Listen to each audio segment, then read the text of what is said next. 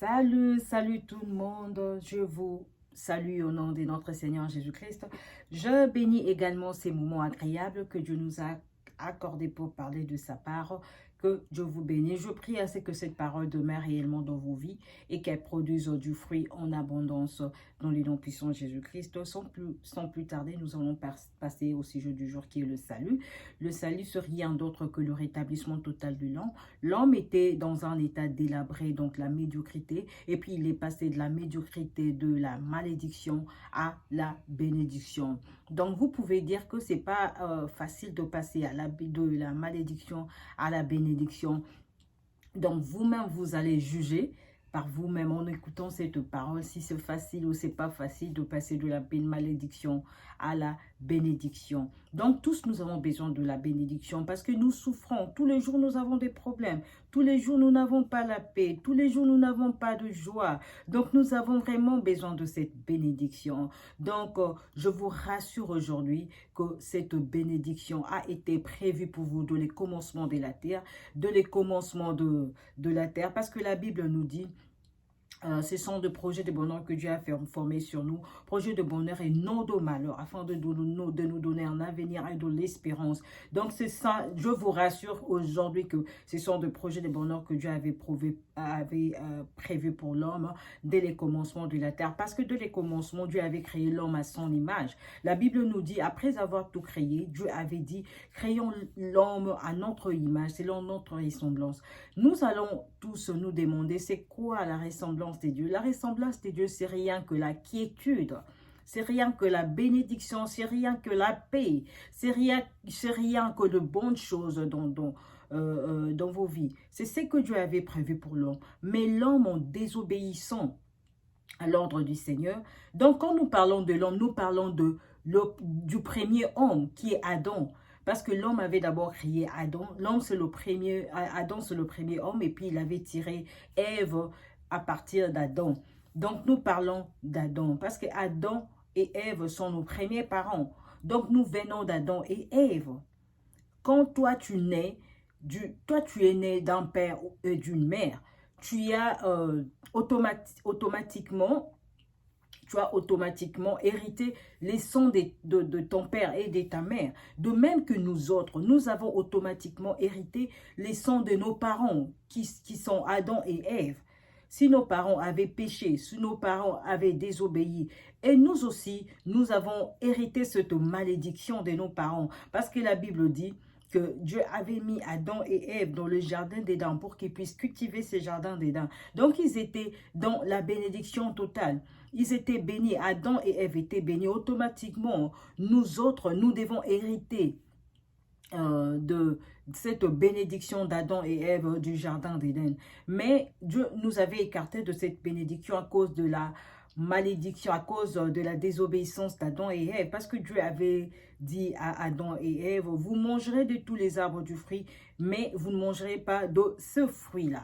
Dieu les avait interdits, mais ils avaient désobéi à l'ordre du Seigneur. C'est pourquoi Dieu les avait maudits. Donc, ce n'est pas moi de répéter encore cette histoire parce que tout le monde est au courant. Donc, je voulais juste expliciter la malédiction de l'homme. Je voulais juste expliciter d'où vient la malédiction de l'homme. Pourquoi l'homme est maudit? Donc, nous savons tous que la Bible, nous savons tous que l'homme est maudit à partir de la désobéissance d'Adam et Ève. C'est pourquoi la Bible nous dit, quoi donc sommes-nous plus excellents? Nullement, car nous avons déjà prouvé que tous, juifs et grecs, sont sous l'empire du péché. Nous tous, nous sommes sous l'empire du péché.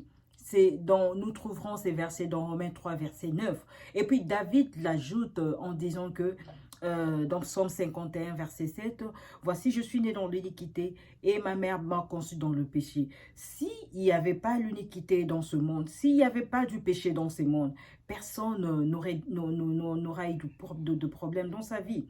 Tout aurait bien passé dans sa vie, tout aurait passé bien dans ce monde. Et puis, il n'y aura pas eu la mort, il n'y aura pas eu le péché.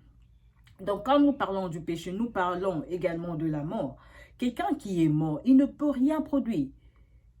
Toi, quand tu vois ta soeur ou ton frère qui est mort, est-ce que Tu peux dire à ton frère, lève-toi, va faire ceci, lève-toi, dis ceci, lève-toi, dis un mot. Est-ce qu'un mot peut se réveiller pour parler, pour dire un mot? Non, ça ne peut pas se faire. C'est également ce que nous avons hérité d'Adam et Ève. Adam et Ève étaient morts au jardin d'Éden quand Dieu les avait rejetés, quand ils avaient désobéi à l'ordre du Seigneur. Donc, ils avaient choisi la mort. Donc, la mort, c'est le péché. C'est pourquoi rien ne pouvait marcher dans leur vie, y compris nous, leur postérité. Rien ne pouvait marcher dans notre vie parce qu'ils avaient déjà désobéi à l'ordre du Seigneur. C'est pourquoi la Bible dit, tout homme qui sortira par les liens de l'homme et de la femme est né sous l'empire du péché, excepté Jésus-Christ, parce que Jésus-Christ n'est pas sorti du lien de l'homme et de la femme, mais Jésus-Christ est sorti du Saint-Esprit. Jésus-Christ, c'est le fruit du Saint-Esprit. Le Saint-Esprit, c'est par la puissance du Saint-Esprit que Dieu avait mis Jésus-Christ dans les entrailles de la femme. C'est pourquoi Jésus-Christ était né. Donc, nous sommes différents. Nous sommes différents de Jésus-Christ. Nous sommes nés dans le péché et Jésus-Christ n'est pas né dans le péché. C'est pourquoi rien ne marche dans nos vies. Mais non, qu'est-ce qu'il faut faire pour que ta vie change? Premièrement, tu dois savoir que tu es mort. Quelqu'un qui est né dans le péché, c'est quelqu'un qui est né. C'est quelqu'un qui est mort. C'est quelqu'un qui n'a pas de vie. Quand tu n'as pas de vie, c'est-à-dire que rien ne marchera dans ta vie. Tu dois d'abord faire assez que tu retrouves la vie que tu avais perdue dans le jardin d'Éden. Donc, la vie que tu avais perdue, tu peux le retrouver aujourd'hui, tu peux le récupérer par le canal de Jésus-Christ. Parce que la Bible nous dit, car Dieu a tant aimé le monde qu'il a donné son Fils unique, afin que quiconque croit en lui ne périsse pas, mais qu'il ait la vie éternelle. Nous trouvons ces versets dans Jean, chapitre 3, verset 16. La Bible nous dit, car Dieu a tant aimé le monde. Dieu nous avait envoyé Jésus-Christ parce qu'il savait que nous avons déjà hérité la mort. Mais la volonté de Dieu, c'est pas que nous héritons la mort, c'est que nous retrouvons notre vie. La vie en abondance. Parce que la Bible nous dit, car Dieu a tant aimé le monde qu'il a donné son Fils unique, afin que quiconque croit à lui ne périsse pas, mais qu'il ait la vie, cette vie éternelle, une vie en abondance. Amen. Donc, quand nous parlons que Dieu, nous voulons que nous ayons cette vie éternelle, cette vie en abondance, nous parlons de notre salut. Amen.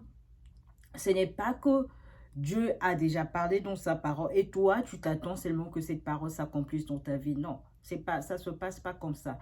Il y a de procédures à suivre pour que cette vie s'accomplisse réellement dans sa vie, pour que tu hérites réellement de la vie que Dieu avait prévue pour toi. Il y a des procédures à suivre. C'est quoi ces procédures? C'est question de croire seulement, parce que la Bible nous dit, dans Romains 10, verset 9, si tu confesses de ta bouche le Seigneur Jésus, si tu crois dans ton cœur que Dieu le Père l'a ressuscité des morts, tu seras sauvé. C'est à toi de croire et de croire dans ton cœur et de confesser de ta bouche. Ce n'est pas à moi de croire à ta place, mais c'est à toi parce que la Bible nous dit que le salut est individuel. C'est à toi maintenant d'accepter cette solution, parce que Dieu nous avait déjà apporté la solution, mais c'est à toi maintenant d'accepter cette solution que Dieu t'apporte, parce que c'est juste question de croire et de confesser de ta bouche. Ce n'est pas à moi.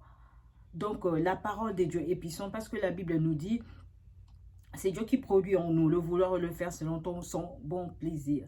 Je prie à ce que Dieu produise ce vouloir dans vos cœurs et que vous puissiez accepter réellement Jésus-Christ dans vos cœurs et que Jésus-Christ change vos vies. Parce qu'il n'y a pas de vie sans Jésus-Christ. C'est Jésus-Christ qui est la vie. C'est Jésus-Christ qui est la vérité. Donc, si vous voulez réellement avoir cette bénédiction, vous devez passer par ce verset de Romains 10, chapitre 9, qui nous dit, si tu confesses de ta bouche le Seigneur Jésus, et si tu crois dans ton cœur que Dieu le Père l'a ressuscité des morts, tu seras sauvé. On peut faire cette prière ensemble, mais si tu ne crois pas, ça ne sert à rien, ça ne produira rien dans ta vie. Moi, je ne t'oblige pas de faire cette prière ensemble avec moi. Et moi, je ne t'oblige pas à croire à Jésus-Christ. La Bible nous dit, je mets devant toi la vie et la mort, la bénédiction et la malédiction. Choisis la vie afin que tu vives. Donc, c'est Dieu lui-même qui choisit la vie pour toi. Il te demande, Il te supplie, il te dit de choisir la vie afin que tu vives. Donc, si toi, tu veux choisir la vie, tu vas vivre. Si tu ne veux pas choisir la vie, donc c'est la mort totale dans ta vie. Donc, je te supplie, tu as la bénédiction auprès de toi. Tu as tout essayé dans ta vie. Tu as osé dans ta vie et rien n'a marché. Laisse-moi te dire aujourd'hui que c'est par cette mort que nous avons acquis d'Adam et Ève que rien ne marche dans ta vie. Mais aujourd'hui, ça va marcher parce qu'il y a déjà la solution qui est Jésus-Christ. C'est à toi seulement de prendre la décision de croire Jésus-Christ dans ton cœur, que Dieu le Père l'avait ressuscité d'entre les morts, que tu seras sauvé. C'est Dieu qui avait ressuscité Jésus-Christ d'entre les morts. L'Esprit qui avait ressuscité Jésus-Christ d'entre les morts, c'est cet Esprit-là qui va te ressusciter aujourd'hui parce que tu es mort, parce que tu n'as pas de vie. C'est cet esprit-là aujourd'hui qui va te ressusciter d'entre les morts. Mais c'est à toi seulement de croire et de confesser de ta bouche que Jésus-Christ est ton Seigneur, est ton Maître. Que tu puisses accepter que ce Jésus-Christ-là qui est vivant aujourd'hui. Nous savons tous que Jésus-Christ est vivant. Jésus-Christ n'est plus dans les tombes. Jésus-Christ est vivant. Jésus-Christ n'est plus mort. Jésus-Christ est vivant. Tous nous les savons. Nous sommes au courant. Pourquoi n'a pas accepté la personne qui avait ressuscité Jésus-Christ d'entre les morts? Puisse aussi ressusciter ta vie qui est morte. Pourquoi ne pas l'accepter? Donc, ne soyons pas bêtes jusqu'à ces points de ne pas vouloir accepter notre vie et notre victoire qui est notre bénédiction. Dans le nom puissant de Jésus-Christ. Amen. Donc, si seulement tu crois à ce Jésus-Christ-là, qui a été ressuscité d'entre les morts, que Dieu avait ressuscité d'entre les morts, si tu crois que Jésus-Christ est ton Maître, est ton Seigneur, et que Dieu le Père l'avait ressuscité d'entre les morts, aujourd'hui tu es sauvé et tu es à la vie éternelle dans le nom puissant de Jésus-Christ. Amen. Nous allons faire cette prière ensemble. Si réellement tu veux et tu es convaincu de cette parole, suivons cette prière ensemble avec moi. Vous allez répéter après moi. Père Céleste, au nom de Jésus-Christ, je confesse de ma bouche le Seigneur Jésus-Christ. Je confesse de ma bouche le Seigneur Jésus-Christ et je crois dans mon cœur que Dieu le Père avait ressuscité Jésus-Christ d'entre les morts. Et moi aussi je suis sauvé. Je veux que Jésus-Christ soit le maître de ma vie. Et je veux que Jésus-Christ dirige ma vie. De la même manière que Dieu le Père avait ressuscité Jésus-Christ d'entre les morts. Moi aussi, je suis ressuscité d'entre les morts. Et moi aussi, je suis sauvé. Et désormais, Jésus-Christ est le maître de ma vie. Jésus-Christ le dirigeant de ma vie. Dans le nom puissant de Jésus-Christ, j'ai ainsi prié. Amen. La Bible nous dit à ceux qui l'ont reçu, à ceux qui croient son nom, elle a donné le pouvoir de devenir enfants de Dieu, lesquels sont nés, non de la volonté de la chair, non de la volonté de l'homme, mais de la volonté de Dieu. C'est ce que la Bible nous dit. À tous ceux qui l'ont reçu, à ceux qui croient en son nom. Donc, si tu crois réellement au nom de Jésus-Christ, si tu crois réellement à cette parole, Dieu t'a donné le pouvoir de devenir enfant de Dieu. Donc, tu ne demeures plus sous la malédiction.